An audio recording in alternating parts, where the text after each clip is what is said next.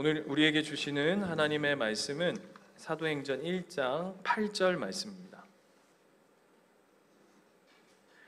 사도행전 1장 8절 말씀.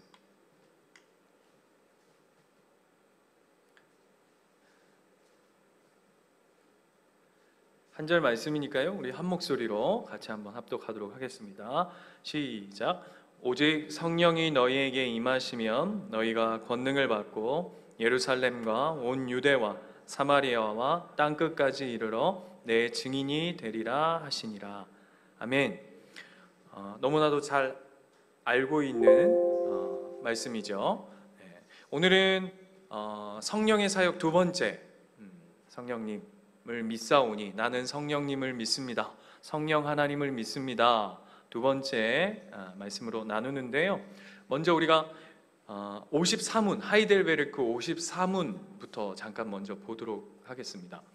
54문 문제를 보시면 이렇게 돼 있어요. 거룩한 공회에 관하여 당신은 무엇을 믿습니까? 이렇게 돼 있는데, 거룩한 공회란 지난번에 제가 잠깐 설명드렸는데, 거룩한 공동체 뭐죠?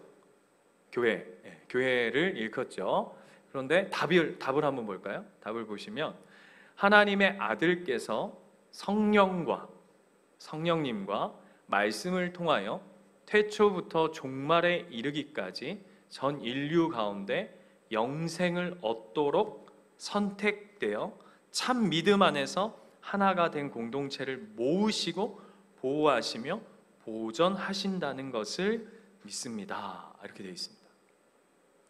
길었어요. 다시 한번 제가 읽어드릴게요.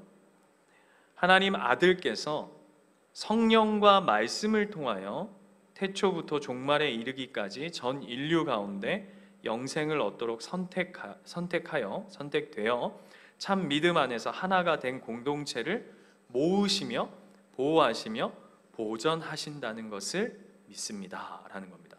이걸 한마디로 압축하자면 무슨 내용이냐면, 교회의 교회됨은 예수 그리스도께서 성령을 통해서 이루어 가신다라는 의미를 가지고 있는 것이죠.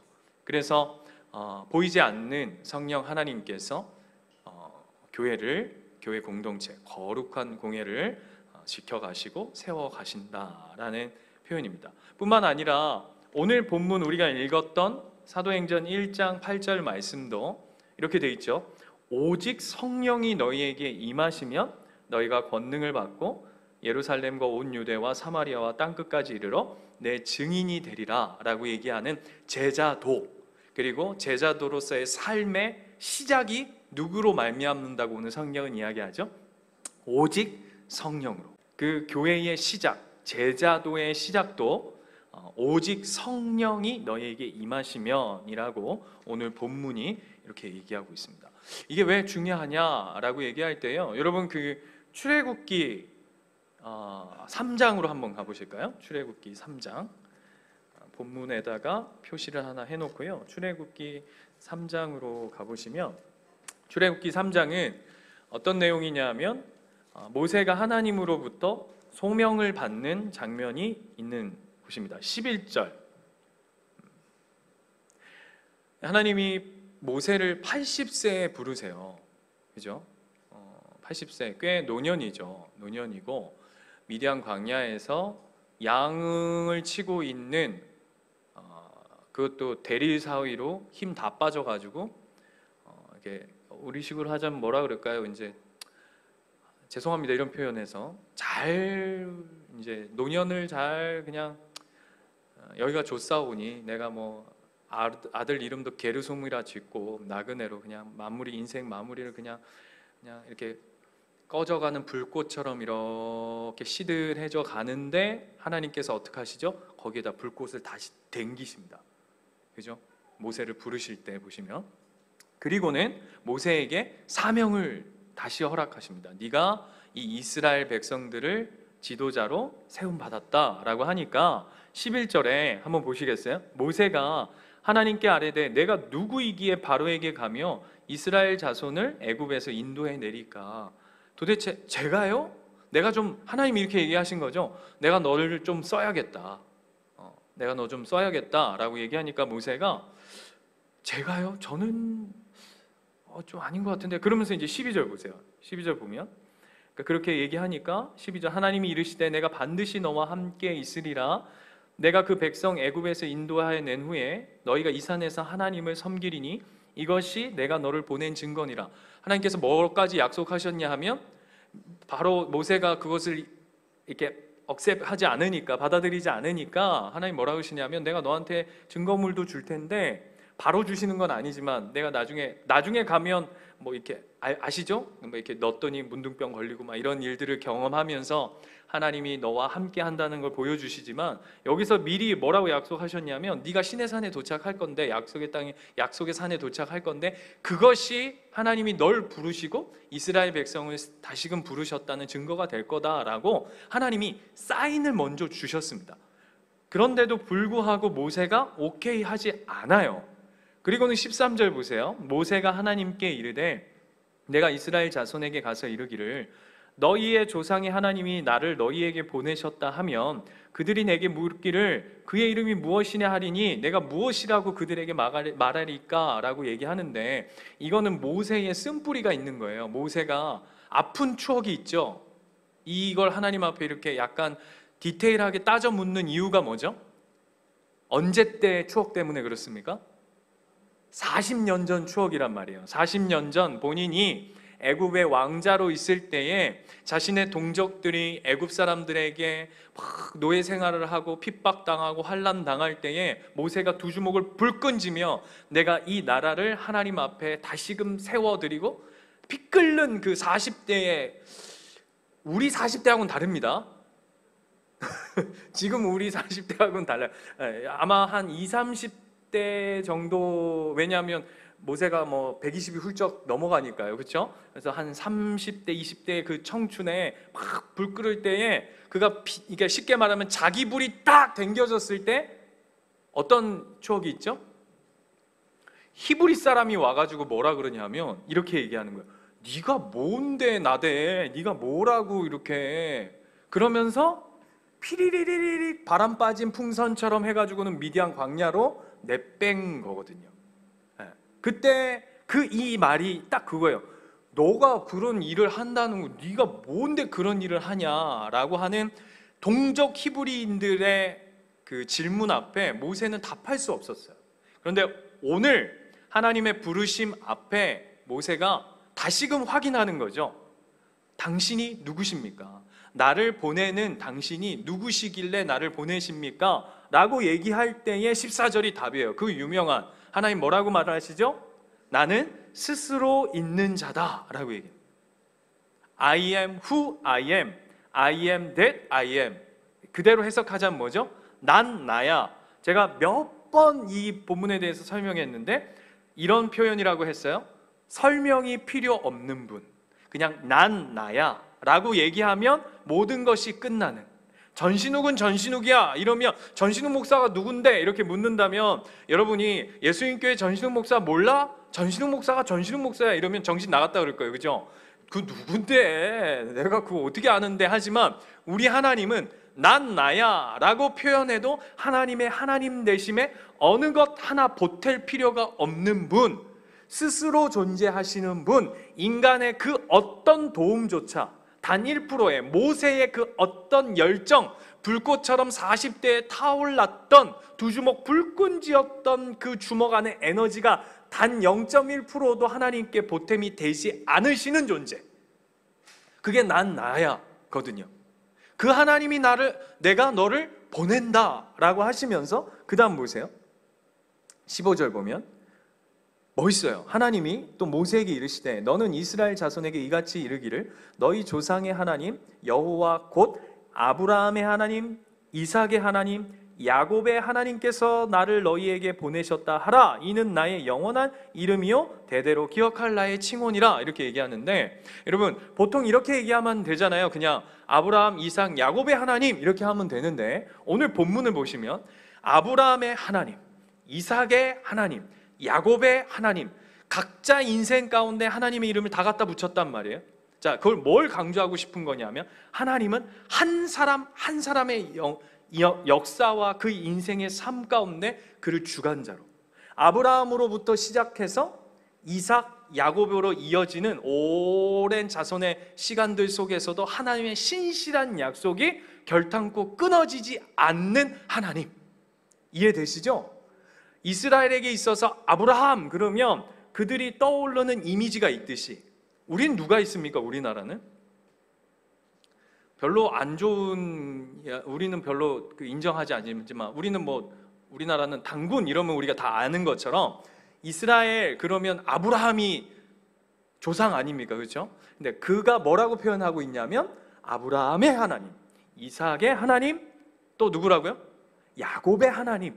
그 인생 각각의 하나님의 일하심과 그 역사가 한 통으로 계속 연결되어져서 하나님의 신실하심과 하나님의 그 언약에 변치 아니하시는 그 하나님의 하나님 되심을 보여내고 있어요. 근데 이게 왜 중요하냐면 이 얘기하는 거죠. 이 하나님이 널 보냈다는 거예요. 이 하나님이 널 선택했다는 거예요. 오늘 이게 왜 중요하냐면, 오늘 성령님의 주된 사역이 뭐냐면, 아까도 얘기한 것처럼 앞에서든 하이델베르크든 그리고 사도행전 1장 8절이든 교회와 우리 개인의 삶의 이 신앙의 근거, 힘, 시작이 누구로 말미암는다는 것을 보여내냐면 성령님께서 그 근거가 되신다. 하나님이 너의 인생의 시작, 너의 삶의 근거가 되신다는 것이 드러내는 분이 누구냐 하면 바로 성령님이시라는 거예요. 아까 그래서 1장 8절에 뭐라 그랬죠? 오직 성령이 너희에게 임하시면. 그래서 시작인 거예요, 시작. 그래서 여러분 신앙생활도 제일 중요한 게 뭐죠? 여러분 신앙생활에서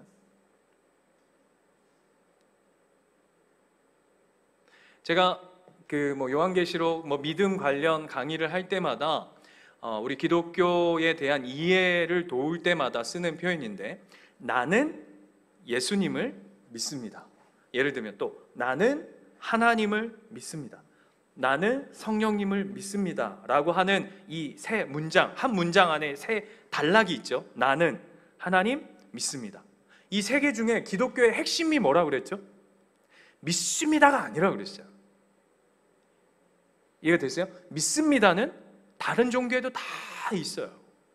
그 다음에 나는도 아니라 그랬어요. 왜? 내가 믿었는데 내가 부처를 믿습니다. 땡! 내가 나를 믿습니다. 땡! 하나님! 우리가 믿는 분이 누구신지, 우리의 믿음의 대상이 누군가가 명확한, 그분이 누군지, 나의 신앙의 근거가 무엇인가를 명확하게 하는 것이 기독교의 핵심이라고 말씀드렸어요. 내가 신앙생활을 20년 했어, 내가 신앙생활을 30년 했어, 그게 중요하지 않다고요. BTS 이번 주가 비유 두 번째 시간인데, 그 모래 위에 지은 집, 그 다음에 반석 위에 지은 집, 이것이 무슨 싸움으로 시작된 거냐면, 우리 BTS 미리, 우리 오늘 수요 예배 오신 분들은 미리 공부하는 겁니다. 뭐냐 하면 앞에 내용에서는 내가 선지자 노릇했습니다, 내가 뭐도 했습니다, 뭐도 했습니다, 뭐도 했습니다. 그러니까 예수님 뭐라고 하신지 알아요? 네가 그렇게 한 게 중요한 게 아니야. 네가 귀신 쫓아낸들, 네가 무슨 많은 권능을 행한들, 내가 하나님의 이름으로 뭘 한들, 그게 중요한 게 아니라 네 모든 사역의 근거, 네가 모래 위에 서 있는 건지 아니면 예수 그리스도가 근거되어져 있는 반석 위에 세워져 있는지, 기독교는 그게 핵심이지, 거기에 무슨 63빌딩을 지었습니다. 요즘은 63빌딩으로 놀라지도 않죠. 보통 한 100층 가까이 돼야 100층도 놀라지 않지. 아무튼 고층 빌딩을 쌓았습니다. 이제 예수님 뭐라고 얘기하시냐면 그게 모래밭이면, 모래 위면 그냥 다 무너지는 거야. 아무리 낮은 건물이어도 그것이 예수 그리스도의 근거 위에 세워져 있다면 그것은 흔들리지 않는 믿음이지. 오늘 성령님의 사역이 그와 같은 거예요. 우리의 믿는 바의 근거가 무엇인가, 무엇으로부터 출발하는가, 무엇으로부터 시작되는가, 그게 오늘 근거죠. 이게 왜 중요하냐면요, 사도행전 19장 한번 가볼까요? 사도행전 19장. 오늘 본문 여기저기를 좀 찾아볼 텐데요, 사도행전 19장 가시면 19장 8절 보시면 눈으로 한번 따라와 보세요. 바울이 회당에 들어가서 석 달 동안 담대히 하나님 나라를 관하여 강론하며 권면하되 어떤 사람들은 마음이 굳어 순종하지 않고 무리 앞에서 이 도를 비방하거늘 바울이 그들을 떠나 제자들을 따로 세우고, 여러분 유명한 두란노 서원이 여기서부터 나온 거 아시죠? 두란노 서원에서 날마다 강론하니라 사도 바울의 사역이었어요. 2해 동안 이같이 하니 아시아에 사는 자는 유대인이나 헬라인이나 다 주의 말씀을 듣더라. 얼마나 사도 바울이 복음을 열정을 다해서 또 사명을 다해서 말씀을 전했는지. 그리고 11절, 하나님이 바울의 손으로 놀라운 능력을 행하게 하시니 심지어 사람들이 바울의 몸에서 손수건이나 앞치마를 가져다가 병든 사람에게 얹으면 그 병이 떠나고 악기도 나가더라. 대박 아닙니까?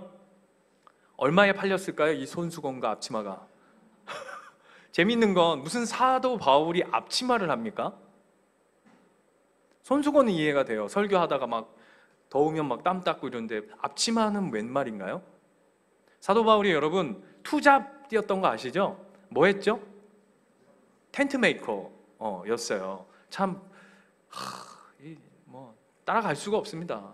뭐 약간 머리도 벗겨졌고 뭐 텐트 메이커 하면서 복음을 전하는 진짜 이 개척 정신으로 똘똘 뭉친 이 선지자. 그런데 그런 일들이 벌어졌어요. 그랬더니 13절 보세요. 여기서부터가 이제 재밌어요. 이에 돌아다니며 마수라는 어떤 유대인들이 시험 삼아 악기 들린 자들에게 주 예수의 이름을 불러 말하되, 이렇게 시작한 거예요. 그러니까 바울이 기적을 일으키는 거죠. 뭐 손수건을 갖다 덮어도 막 병이 나고 막 앞치마를 덮어도 나니까 그걸 옆에서 이렇게 보던 옆에 주변 사람들 중에서 이것 봐라 하고는 자기도 그걸 그대로 카피해가지고는 막 귀신도 쫓아내고 죄송합니다, 이 짓을 한 거예요. 그럼 그거 한번 보세요. 불러 말하되 내가 바울이 전하는 예수를 의지하여 재밌죠? 그냥 예수도 아니에요. 바울이 전파하는 예수를 의지하여 너희에게 명하노라 하더라. 유대의 한 제사장 스게와의 7 아들도 이 일을 행하더니, 이 이름부터가 굉장히 거시끈이하죠. 스게와. 악기가 대답하여 이르되, 여기가 이제 재밌어요. 내가 예수도 알고 내가 바울도 아는데 넌 도대체 누구야? 예? 재밌지 않아요? 야, 내가 바울이 내가 악기 쫓아내고 귀신, 내가 너한테까지 밀려야겠니? 이거잖아요. 그렇죠? 넌 뭐야? 이거잖아요. 지난주 주일날 했던 것처럼 난 당신은 사랑받기 이런 그런 게 아니고, 지금 그 흉내 내니까 귀신이 얼토당토 안 와가지고, 내가 안 그래도 지금 바울 때문에 골치 아파 죽겠는데 넌 어디서 나타나가지고 지금 대먹지도 않은 이딴 소리 해가지고는 어떻게 됐죠? 그 결과가요? 올라타가지고 거의 막 만신 차이가 나도록 귀신한테 두드러 맞았다는 이야기입니다. 이게 무슨 얘기? 제가 무슨 얘기를 하고 싶은 걸까요? 사도 바울의 사역은, 그 말씀 사역과 복음 사역의 핵심은 근거가 어디에 있었죠? 성령님, 하나님이라고 하는 그거로 말미암아 그게 기적을 일으켰다라는 게 핵심이 아니에요, 여러분. 우리가 자꾸 성령의 사역들을 보면 뭐 기적을 행했다, 뭐 병든 자가 나았다, 물론 그게 중요해요. 근데 그게 왜 중요하냐면 지금 이 사역은 누구로 말미암았는가를 보여내는 사역이에요. 여러분 보십시오. 예수님도 이 땅 가운데 오셔서 그 공생의 기간 동안 초반에는 많은 이적들을 행하십니다. 왜 그렇게 하셨죠? 그리고는 뒤로 가면 예수님이 갑자기 어느 순간 이적들이 싹 그치고 대부분이 어떻게 가냐면 말씀 사역으로 가세요. 왜 그러냐면 예수님의 사역이 바로 메시아적 하나님으로 말미암았다라는 것을 드러내는 사역이기 때문이에요. 그런데 여기에 스게와의 7 아들들은 뭘 하는 거죠? 그냥 흉내낸 거죠. 근거가 하나님이 아닌 거예요. 아까도 얘기한 것처럼 바울이 전파하는 그 예수를 그냥 힘입어서 쇼한 거죠. 마술한 거죠. 그러니까 귀신이 귀신같이 알고 속지 않는 거예요. 이게 중요한 얘기예요, 여러분. 거기에 속지 마세요, 여러분. 이것만 있는 게 아닙니다. 오늘 사도행전 6장 가볼까요? 사도행전 6장. 사도행전 6장. 나중에 사도행전을 강해할 때가 있겠죠? 사도행전 6장 3절 가면요, 사도행전 6장은 특별히 그 초대교회에 이 교회에 7 집사를 세우는 장면이 있습니다. 아시죠? 그 중에서 누가 유명하죠? 네, 그거 있는데 3절 보세요. 3절 보면 그 집사, 지금의 집사하고는 성격이 좀 다릅니다. 지금은 우리식으로 하자면 뭐라고 그럴까? 장로에 가까운, 그런 장로님들에 가까운 그런 부분들이에요. 3절에 보면 형제들아 너희 가운데서 성령과 지혜가 충만하여 칭찬받는 사람 7을 택하라. 우리가 이 일을 그들에게 맡기겠다라고 얘기합니다. 교회의 중요한 역할을 감당하는 7 집사를 세우는데 그 첫 번째 근거가 뭐죠? 성령의 충만함이에요.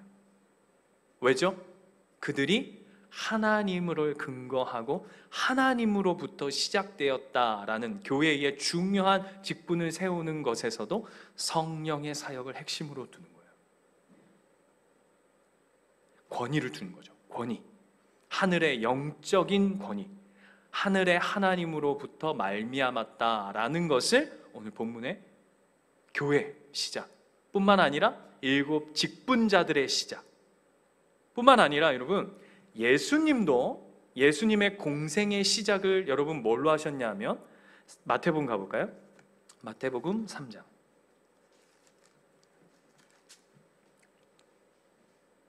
마태복음 3장 13절 보면 여기 보세요. 이때 예수께서 갈릴리로부터 요단강에 이르러 요한에게 세례를 받으시려 하시니 요한이 말려 이르되 내가 당신에게서 세례를 받아야 할 터인데 당신이 내게로 오시나이까? 예수께서 대답하여 이르시되 이제 허락하라. 우리가 이와 같이 하여 모든 의를 이루는 것이 합당하니라 하시니 이에 요한이 허락한지라. 예수께서 세례를 받으시고 물에서 올라오실새 하늘이 열리고 하나님의 성령이 비둘기같이 내려 자기 위에 임하심을 보시더니. 그 다음 뭐죠? 같이 한번 읽을까요? 시작. 하늘로부터 소리가 있어 말씀하시되 이는 내 사랑하는 아들이요 내 기뻐하는 자라 하시니라. 예수님도 성령의 사역을 통해 뭘 보여내시죠? 그 권위가 하나님께 있음을, 그 예수님의 사역의 시작이 하늘에 있음을 성령님을 통해서 보여주시는 장면이에요. 누구도요? 예수님도. 그러니까 성령의 사역이 그 시작, 권위를 드러내는 게 굉장히 중요하다는 거죠. 그리고 4장 1절 보세요. 4장 1절. 그 유명한 예수님께서 마귀 사탄에게 시험을 받으시러 가는 광야로 나아가시는 장면인데 4장 1절 보면 이렇게 시작해요. 그때에 예수께서 성령에게 이끌리어. 마귀의 시험을 받으러 마귀가 끌어간 게 아닙니다. 누가 이끌어 가셨다고요? 성령님께서. 제가 지금 이거를 계속 반복해서 이야기하는 게 이유가 있어요. 성령의 권위 아래, 성령의 권위 아래, 성령의 권위 아래. 이 굉장히 중요한 겁니다. 성령의 사람. 며칠 전에 한 시대를 풍미했던 목회자이신 조용기 목사님께서 소천하셨죠. 네. 저는 조용기 목사님에 대해서 잘 알지 못하니까 함부로 말할 수는 없겠지만 그건 알아요. 한번 조용기 목사님이 본인 이름을 조다윗이라고 개명하신 적이 있어요. 그리고 교회 앞에 본인 동상을 어마어마하게 이렇게 세우셨다가 조다윗과 함께 동상 만들어 가지고 한번 난리 시겁해 가지고는 이렇게 한번 이렇게 접은 적이 있어요. 세우셨다가 접은 적이 있어요. 왜 그러셨을까요?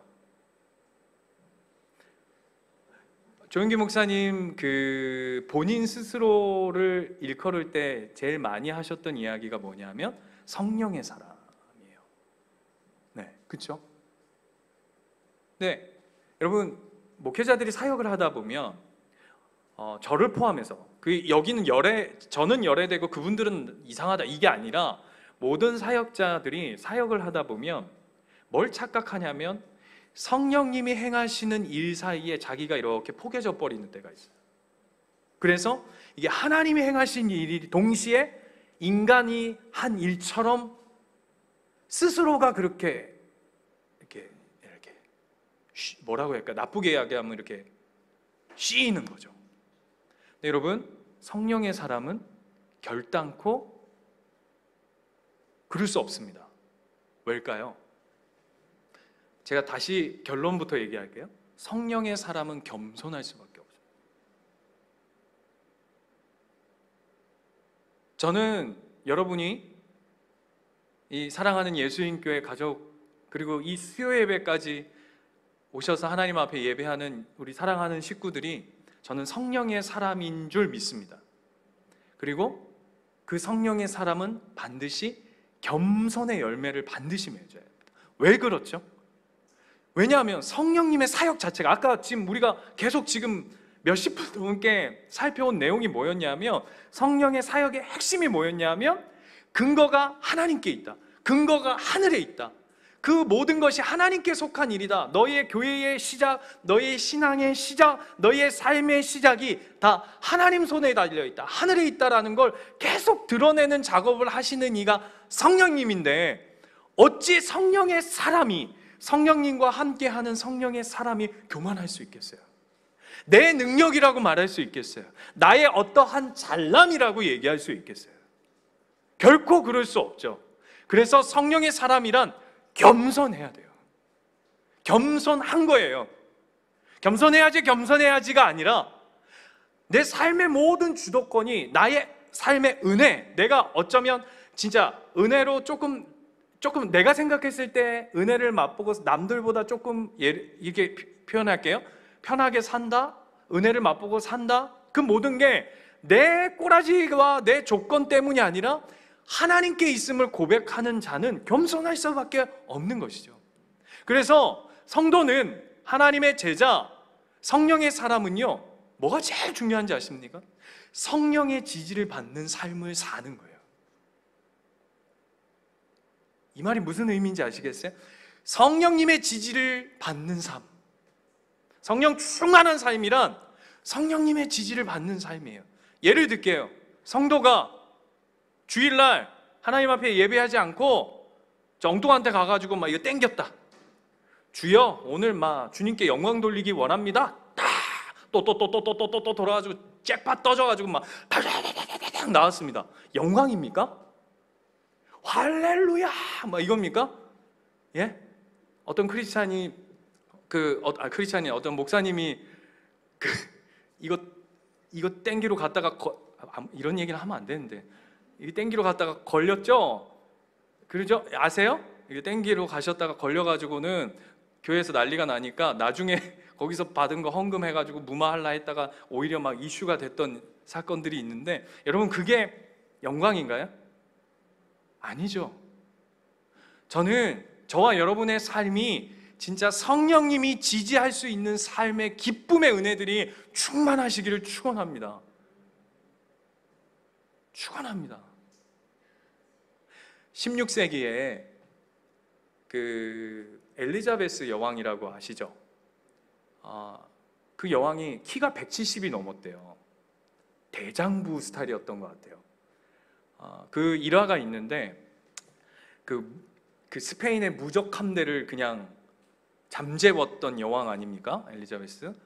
표정들이 잘 모르겠다, 빨리 얘기해라, 이런 표정이신데, 저도 뭐 풀스토리는 잘 몰라요. 그냥 책에서 잠깐 본 내용들인데, 그 여왕이 하루는 이제 해양을, 신세계를 개척하려고, 이제 이 해양 쪽으로 더 넓혀 가려고 해양 전문가 어떤 한 남자를 그 궁으로 불렀대요. 근데 이렇게 얘기를 한 거예요. 내가 이제 신세계를 더 펼쳐 나가려고 하니 당신이 해양 전문가이니까 내 일을 맡아서 신세계로 네가 좀 가면 좋겠다라고 했더니, 이 남자가 이렇게 얘기했다는 거야. 폐하, 저에게 문제가 있습니다. 제가 조금만 저를 일찍 불러주시지, 얼마 전에 작은 사업을 이제 좀 시작했는데 이거를 두고 제가 밖에 나가면 이 사업이 망할 것 같습니다. 이렇게 얘기를 했더니 엘리자베스 여왕이 기가 차다는 듯이 웃으면서 이랬다는 거예요. 네가 내 일을 해야 네 사업이 망하지가 않지. 이 말 무슨 의미인지 아시겠어요? 네가 내 사업을 감당할 때야 비로소 네 사업은 내가 책임지는 거야. 가.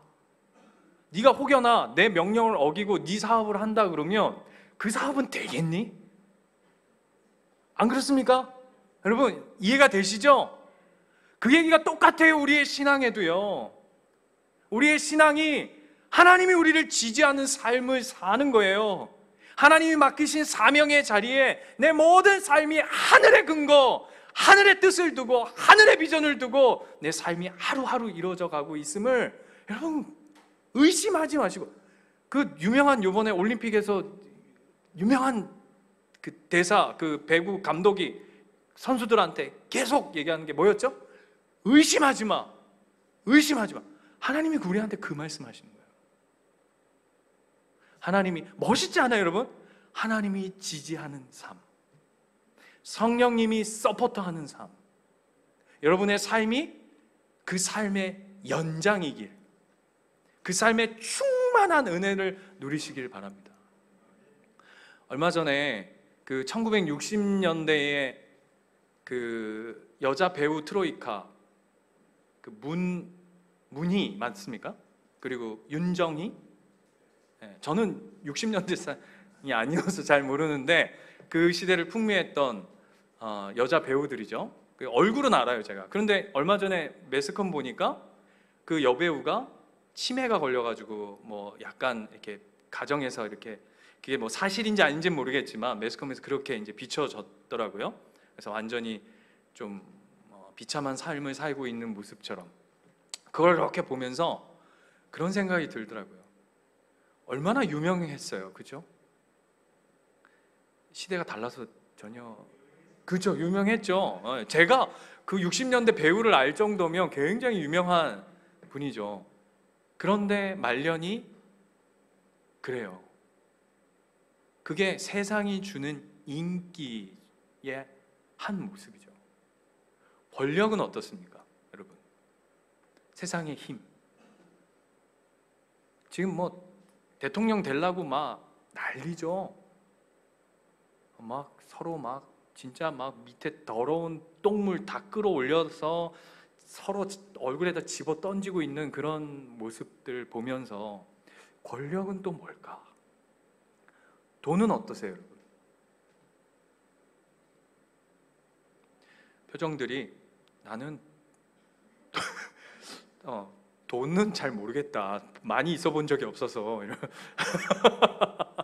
표정이신데, 여러분 한번 보세요. 인기로 지지받았던 삶, 권력으로 지지받았던 삶, 주변에 많잖아요. 돈으로 지지받았던 삶, 어때 보이세요?